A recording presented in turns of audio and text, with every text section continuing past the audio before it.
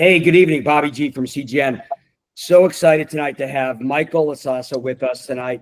Michael, I gotta first ask you about a nickname because it's such a formal name, Michael. I don't know if it's Big Mike, Little M, MM, ML, Ted Lasso. Can you help me out, please, on your nickname? Um, I kind of just go by Mike. Kind of just a nickname that stuck ever since I came to school at Old Miss. So kind of what I get called by. But Okay. So do I have permission to call you Mike? yeah, that's perfect. All right, thank you. So I get to I usually want to make sure we get that right. So Mike, thanks for joining us. Appreciate you coming tonight. Yeah, thank you for having me. Really appreciate it. Yep, our pleasure. So thanks. And I know Ole Miss is stoked to have you. But before we talk about your awesome college career, I'd like to usually start out talking a little bit about the beginning, kind of like where you learned the game. You've had a phenomenal career. We're so excited to have you. Thank you again. Could you just first talk to us a little bit about your early days in learning golf? Yeah, so I kind of grew up in a big baseball family. My dad is a huge Yankees fan, so I was kind of born into the Yankees fan culture.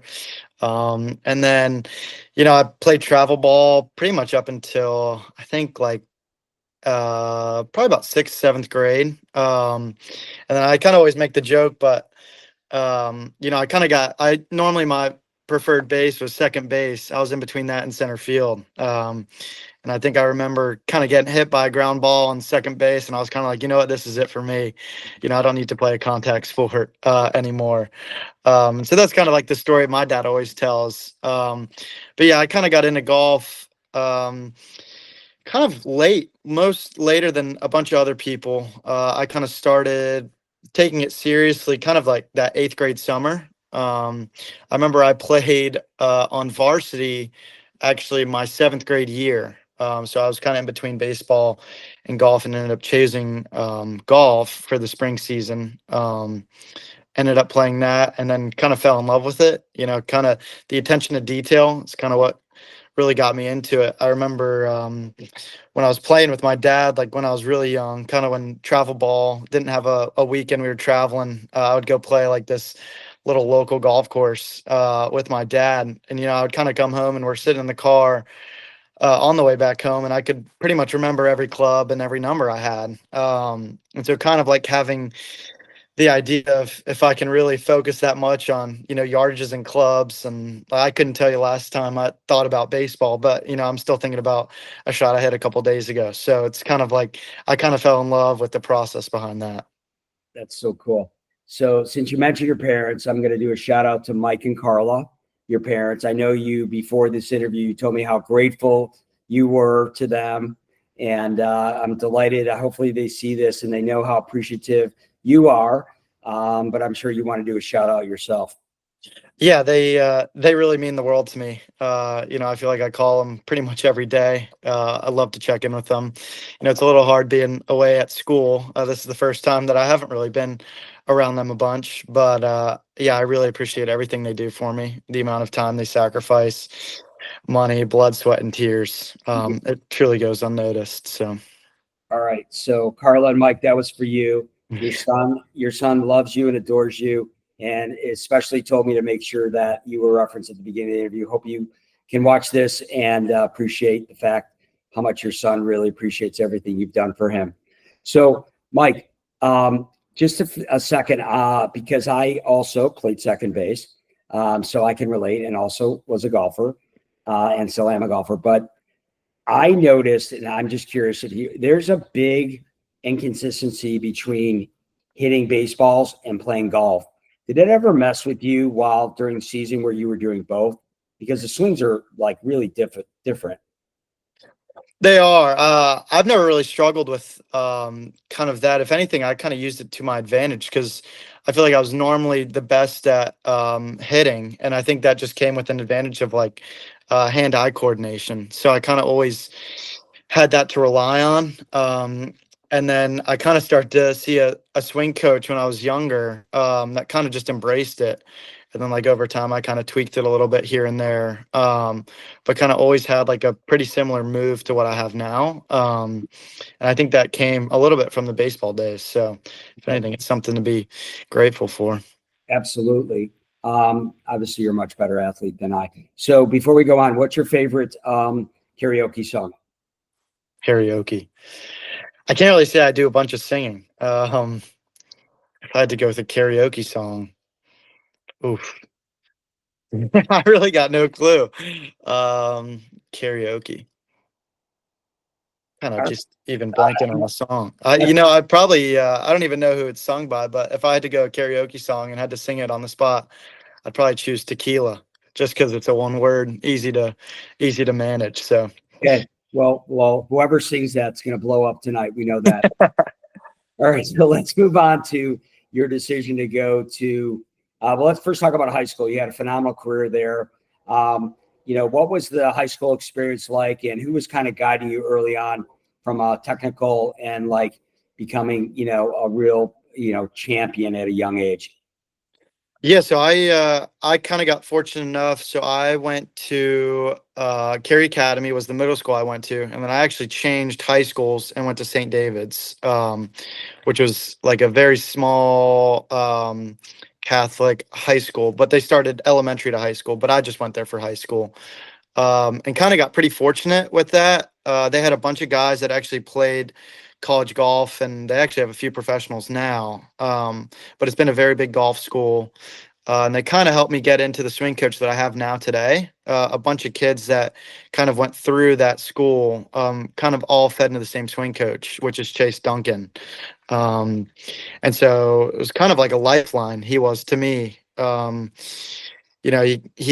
I had finally convinced him to start teaching me. I think it was like ninth grade summer, but I couldn't even get in with him actually during that year, which is a pretty funny story. But I ended up finally convincing him to get me in for a lesson, I think ninth grade summer. And then ever since, we've really clicked, and everything that he's done for me has been pretty unbelievable. So That's great. All right. Shout out to Chase.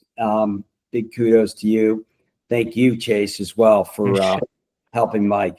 So after high school, how did you decide? What was your decision process? If you could walk us through a little bit how you wound up at NC State.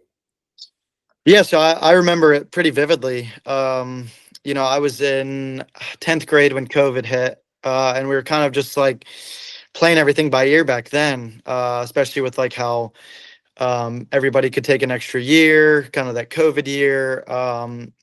And so like teams were filling up pretty quickly. And I had a bunch of buddies that went through NC State and played at NC State, which a notable part of that was Chase Duncan, played golf at NC State back in the day. And so I had a bunch of people that were kind of like, hey, listen, I think you'll love it here, which I did. And, it was kind of just like it was a place close to home, because we didn't really know what COVID was going to do at the time. So it was a place close to home. And it was a place that I could go play my freshman year, which is what I really wanted, to kind of have the experience and not be fighting for a spot in the lineup. And so that was kind of something. Those were a few reasons why I chose NC State. We also at the time committed there was Caleb Surratt, who's now on the Live Tour, but he ended up decommitting, I think, the end of junior year and went to Tennessee. But that was another reason why I committed there. And then he left. But I decided to stick it out because I believed in the program and I loved everything that they had to offer. So, Yeah, it's a great program. You had a phenomenal freshman year.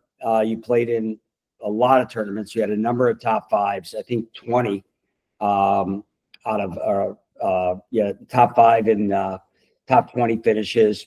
A lot of rounds under par. Really crushed it. So what made you think you wanted to move on?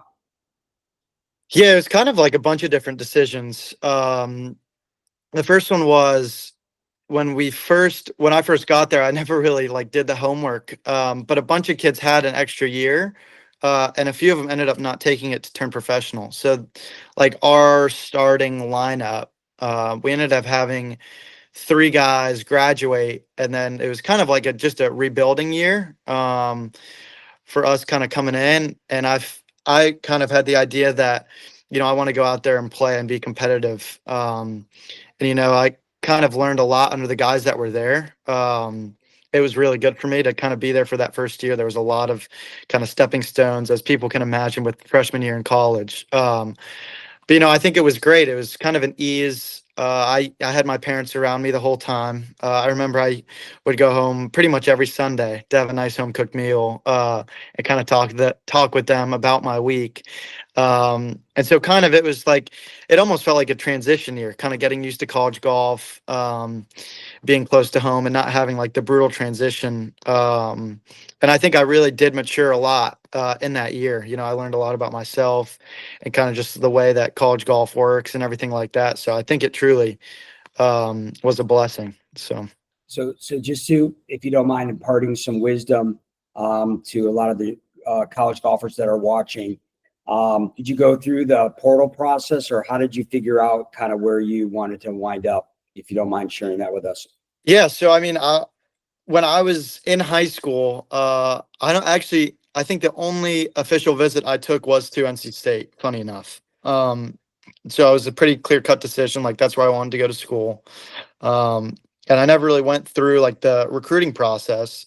It was always kind of NC State for me. And so when I went into the portal after NC State, it was like, all right, like I kind of want to explore my options and see like what I have to work with, because I never really had that in high school. And so when I went into the transfer portal, it was kind of like a influx of calls. I had a bunch of different people reaching out to me, kind of asking why, and a bunch of different stuff. And I had a bunch of friends that were my grade that were on the Ole Miss team, and so I was like, well, that kind of works out perfectly. Like, I have friends here. I'm not really sure who the coaches are, but I can kind of figure that out. And so I ended up hopping a call with them pretty immediately after that, and ended up talking with the coaches and kind of fell in love with what they had to offer. And so, I think it was pretty much like 4 or 5 days later, I flew down. It was me and my dad. And Oxford is quite the college town. So I came down during the summertime. So there was not a lot of students on campus. But like immediately I fell in love. I remember telling my dad that night in the hotel room, I was like, I could see myself coming here tomorrow, and I'd be like very, very happy with that decision. And so I kind of told myself when I went into the portal that I wouldn't make a decision like immediately, and that I would kind of like look at everything. But I went on a visit here, absolutely loved it. Everything they had to offer was very different than what I was used to. And kind of being able to, there was a direct flight from Raleigh to Memphis at the time. So it was like really easy. It was not too far away from home. It was only about like 2 hours away. And so I thought it was pretty manageable to do. And so I was like, yeah, I think Ole Miss is the place for me. I had a bunch of different schools reach out. And then I kind of got done with the phone call with them, and I was like, all right, like I can really see myself coming here. So. Well, congratulations. I know they couldn't be happier. Obviously, you went there. You absolutely had a crazy, crazy sophomore year. I'm looking at some of the stats, first team all SEC, ping all region, 2024 Haskins Award, spring watch list. It goes on and on and on. 130 birdies your sophomore year. That's a crazy number. You probably can't even remember all of them, I'm sure. There's so many you can't keep track. But what was it? I mean, was it just the new environment? Was it the new competitiveness? I mean, what was it about Ole Miss that you just lit it up, man? So there was a bunch of different stuff. It was kind of, so I remember the first few things was the attention to detail was the first thing. So kind of the practice facilities that we have here. I remember the first event we ever played is Tennessee Visit Knoxville. And so the coach, that was the first time the team has ever played in the event, was last year. But I remember like kind of our coach letting us know like, hey, look, like it's going to be Zoysia fairways, like we're going to have bent greens. Like, so there was kind of like this idea of what to expect going into an event. And that was like the kind of unique thing with Ole Miss is that at our facility, like we have a Zoysia tee box on the range. We also have Bermuda. overseed. So we have a bunch of different stuff to kind of practice off of to give us like a little bit of an advantage compared to other teams. So we can just kind of have the same environment. So we're not kind of guessing when we get there. And so I think it was like the attention to detail that goes into it was what I loved personally, especially about Ole Miss. And so it felt like every event that we went to, we always kind of had an idea what to expect. So like we kind of got on the first tee when that day came for the tournament, and it wasn't like any surprise about what was going to happen. And so kind of the idea of being like prepared, yeah, was great for us. And I also think too that kind of like as the year gone on, which I know we'll probably discuss a little bit later, but kind of like going into this year, experience is like such a big thing. So, I think that's another thing that I liked about Ole Miss is that we play a bunch of the same tournaments, like over the 2 years. So like, I think we've played now 4 of the same events as we did last year. And then the 2 that we have coming up at the end are ones that we played last year as well. So kind of like being able to see golf courses for multiple years plays a big role in it.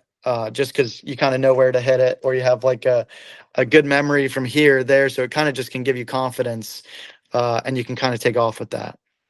So take notes that first year out in your book? I mean, you kind of go back, you pull out your old book, and you kind of know where you went and where you want to lay up and what side you want to hit it on. I mean, you have that advantage as well. Yeah, for sure.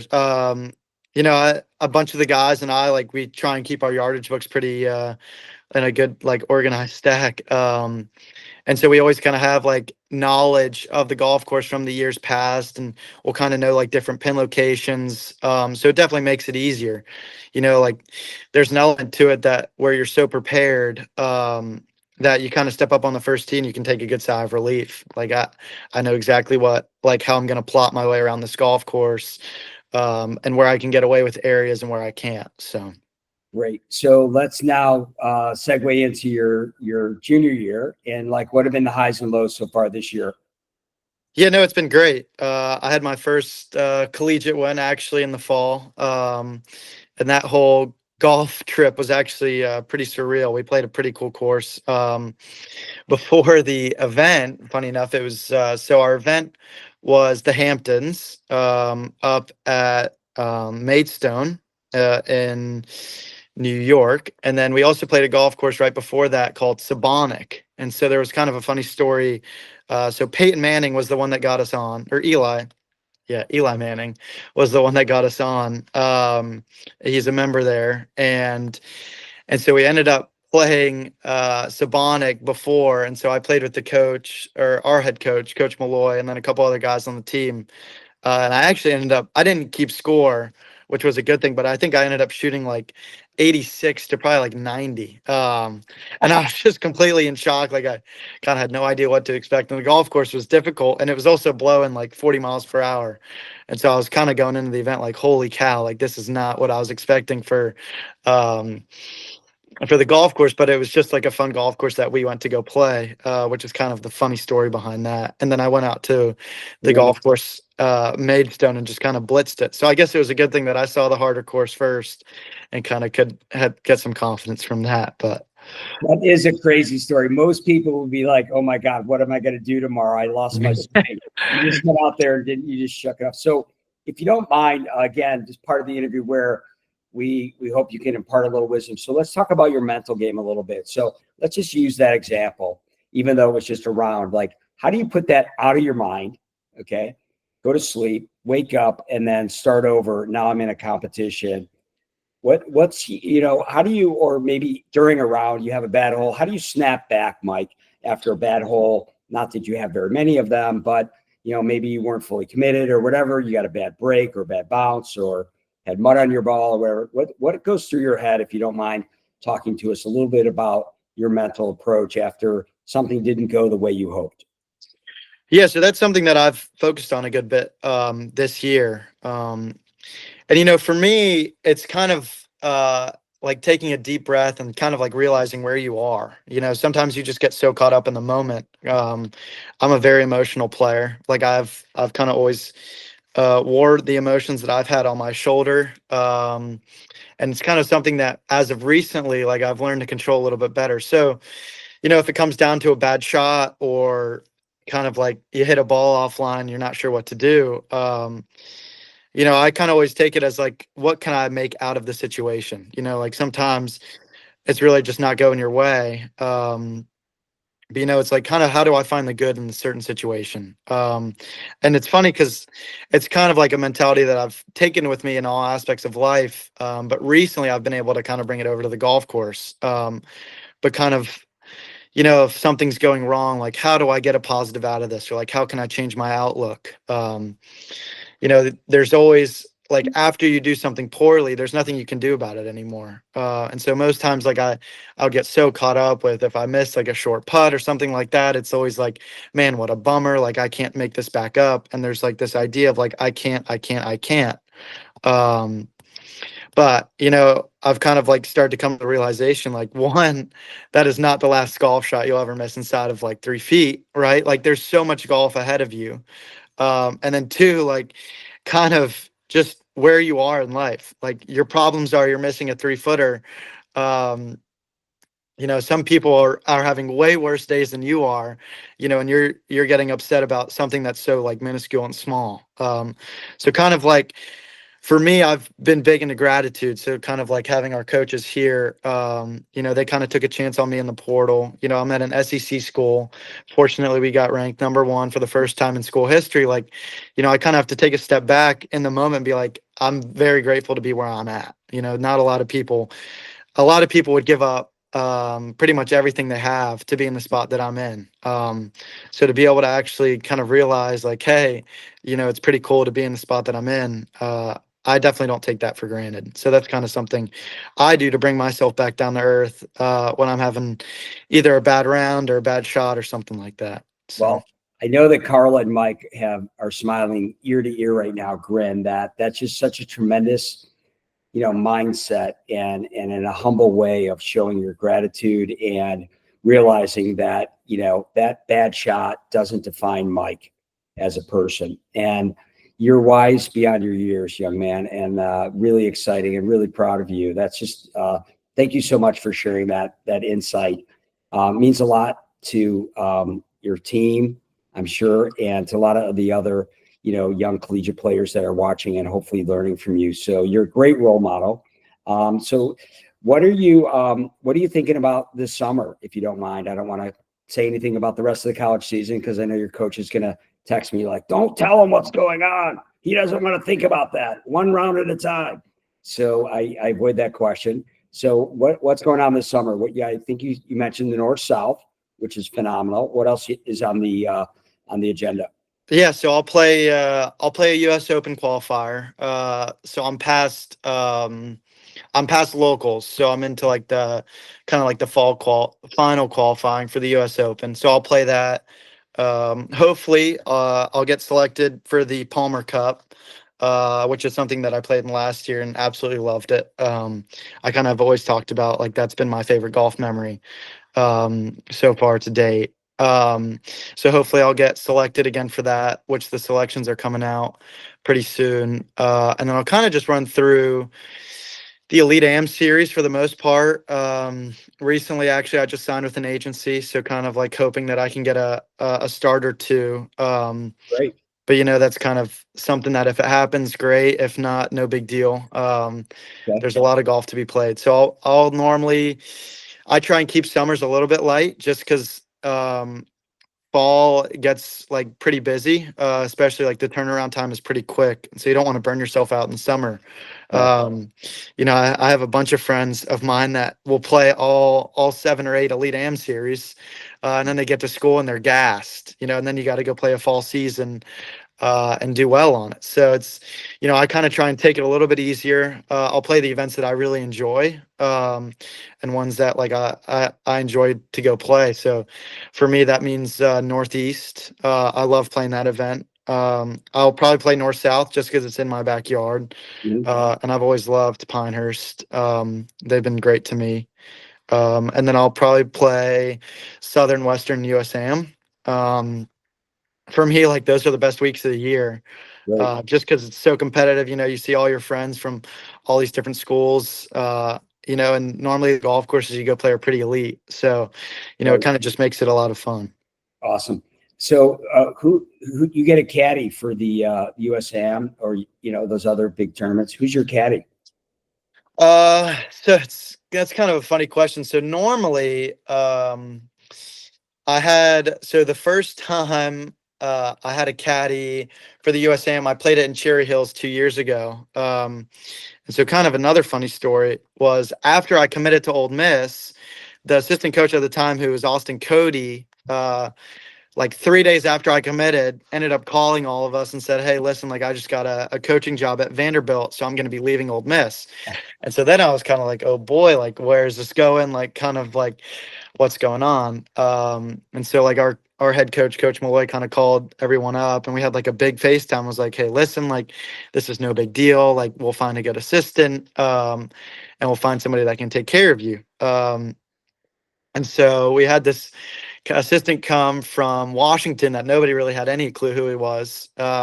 He was an assistant coach at UCF, and then he went to Washington, and then he was coming to Ole Miss. So nobody really had any idea what to expect, because normally we don't play with UCF or Washington. So it's kind of a shot in the dark. And so he actually caddied for me at the USAM, and I ended up making match play at Cherry Hills, and like he for me has been great ever since. So Emerson, which is Emerson Newsom, has been like a complete lifeline for me. And so ever since the USAM 2 years ago, he's kind of walked with me a good bit in college golf. And it's not even necessarily like that I need him from like a golf perspective. But it's, every single time we always have something new to talk about. Right. And it's kind of having the ability to keep it light on the golf course and having somebody that's like, kind of knows who I am, and can kind of just sit there and you can laugh with, and, when you get frustrated, you get frustrated. And so he's been with me a bunch in my Old Miss career, kind of walking with me. And so as much as I would love to say, I wish he could caddy for me every event, NCAA doesn't allow that. No, So, unfortunately, yeah. yeah. Well, So I'm just going to throw this out there. So you just described my job description perfectly. So if Emerson is not available this summer, I'm your guy. yeah, On the perfect. record, we have a good vibe here. I can keep it light. I know enough about the game to keep you sober during your round and make sure you don't do anything crazy. But, so if you need someone, you're in a pinch and Emerson isn't available, I'm going to expect first on that call. All right. Yeah. Good to know. Good to It'd be know. my honor. It'd be my honor. We would have a lot of fun. I would enjoy it. Well, thank you again, Mike. It was really great to get to know you. And not only thanks for the wisdom that you imparted, this was all, as I told you before, this was all about you and, your school. And Ole Miss is a great institution. I know they're honored to have you and wishing you nothing but the best of luck and success the rest of this season and this summer. And we'll be watching. And, feel free to we'll reach out to you again and follow you along. And looking forward to seeing all the great success you have in the years to come. So thanks Thank you so again for much. joining us. Yeah, it was a pleasure. Yeah. Thank you. Thank you. Thank you. You're I really welcome. appreciate it. Thanks, man.